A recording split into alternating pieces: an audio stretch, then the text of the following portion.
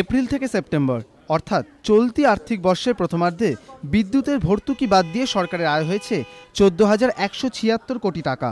প্রথম 6 মাসে রাজস্ব আদায় বেড়েছে 35%। সোমবার ভারত চেম্বার অব কমার্সের বার্ষিক সভায় দাবি করলেন অর্থমন্ত্রী অমিত মিত্র। তাঁর দাবি, সাফল্যের নেপথ্যে ই গভর্নেন্স এবং সরকারের স্বচ্ছ ভাবমূর্তি। ইলেকট্রিসিটি ছেড়ে দিয়ে, তার মানে ওটা তো রেভিনিউ আসে, সাবসিডি চলে যায়, সেকে ছেড়ে দিও 14,176 crores, 14,176 কোটি টাকা এপ্রিল থেকে সেপ্টেম্বর অবধি রাজস্ব এসেছে।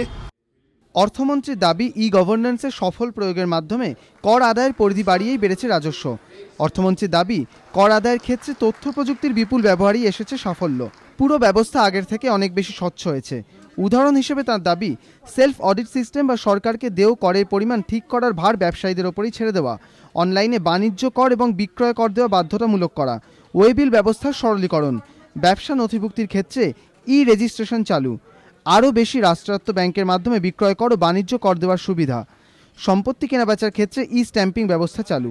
অর্থমন্ত্রী বলেন, চলতি আর্থিক বছরে রাজস্ব আদায়ের লক্ষ্যমাত্রা স্থির করা হয়েছে 31,000 কোটি টাকা। তার মধ্যে 14,176 কোটি টাকা আদায় হয়ে গিয়েছে। তবে অর্থনীতিবিদদের একাংশের বক্তব্য, বিগত আর্থিক বছরে অর্থমন্ত্রী রাজস্ব আদায় 30% বৃদ্ধির প্রস্তাব দিয়েও শেষ পর্যন্ত মাত্র 18% বাড়াতে পেরেছিলেন। ফলে এবারের লক্ষ্যমাত্রা বাস্তবে পূরণ হয় কিনা তার জন্য আর্থিক বছরের শেষের দিকে তাকিয়ে অর্থনীতিবিদরা।